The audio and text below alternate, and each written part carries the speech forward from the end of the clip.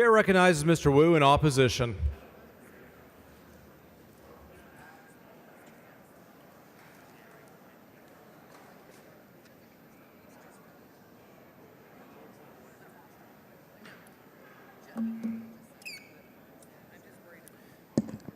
Thank you, members.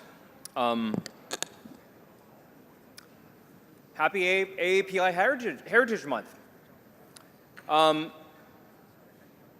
I've been dreading this day for about 3 years now.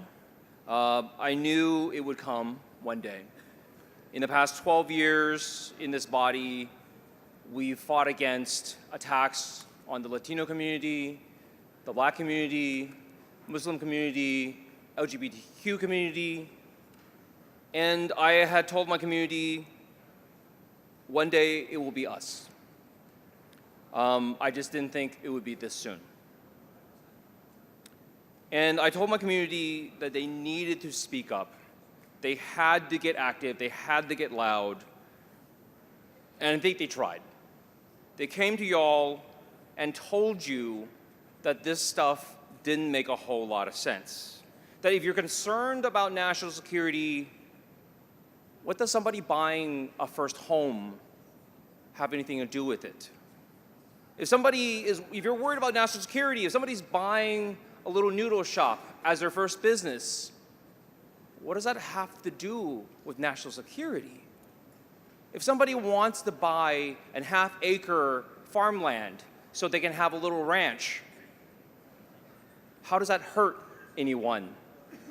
Because those are the same things that my family did when we came here. I wanted to show you the picture of my house, my first house, the house my mom and dad bought for $60,000. It was a junker then, it's still a junker now. But it was our house. It was a little house, but it was our house. And we got that before we became citizens. While we are in the process of becoming Americans, we built that home. If we had not been allowed to have that home, probably wouldn't be here today. And our people from our community came and told you that this targets refugees, targets people who are lawfully here, and it would cover stuff that is already being done at the national level. Every visa holder that comes into this country is vetted. They are run through the process. Visas are denied all the time.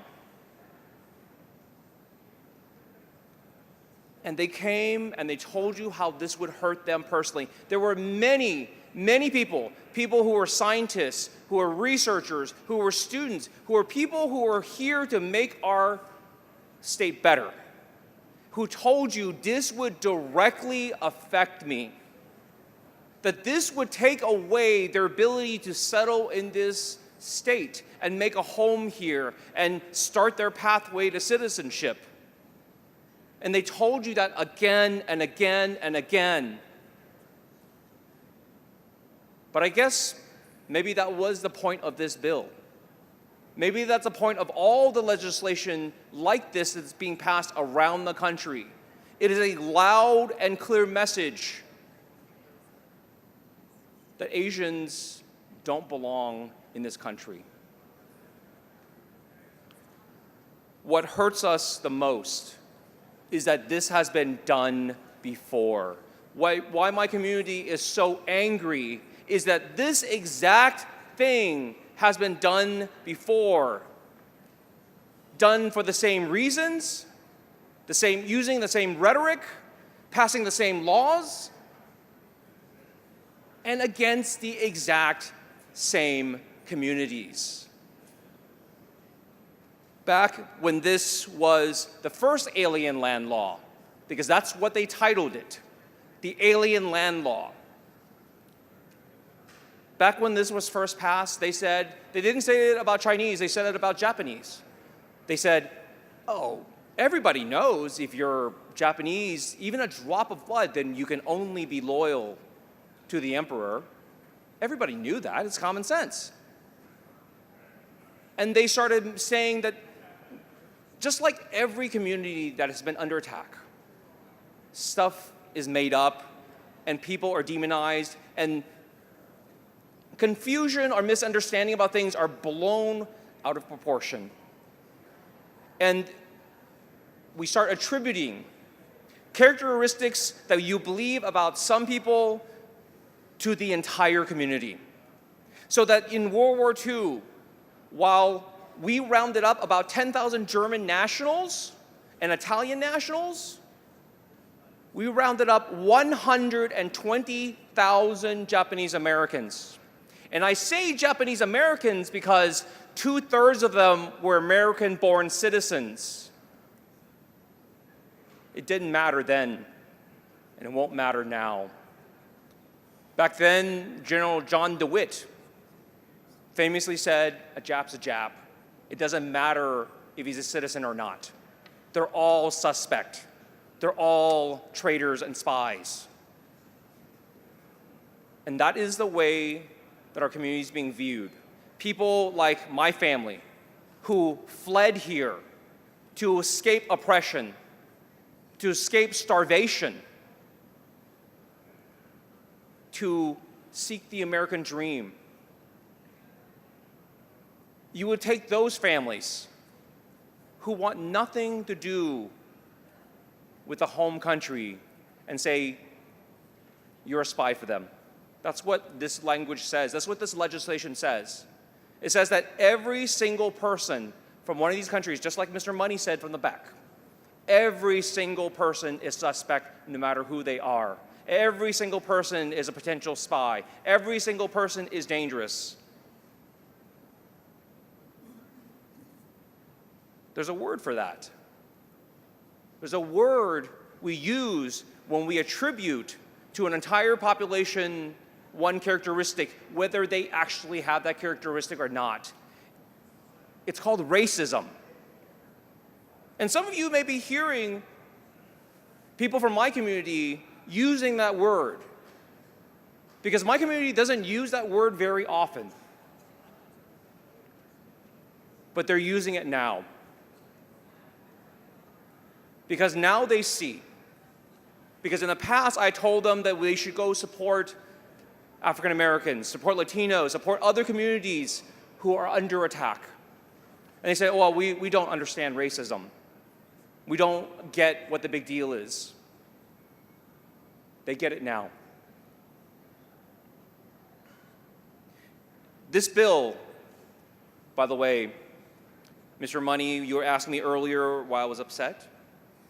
This bill has no due process either. Mr. Hefner says that it has due process, but when you blanketly say an entire group of people do not have the same rights as others simply because of where they're from, there is no due process. Okay? When you create an in rem jurisdiction for this bill that I know you guys haven't read in the bill, it allows the Attorney General to attack the property, not go after the person who bought the property, but the property itself. Property doesn't hire lawyers.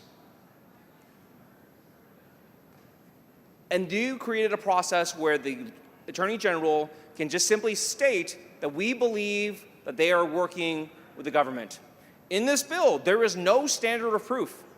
Normally, in most civil actions, there is something that says what is the standard of proof for this case. There's nothing in here. There's nothing that says how much you have to prove it up, how reliable the evidence has to be, nothing. It's just, as Mr. Hefner said, the word of the Attorney General. The Attorney General in this case has extremely, extremely broad discretion.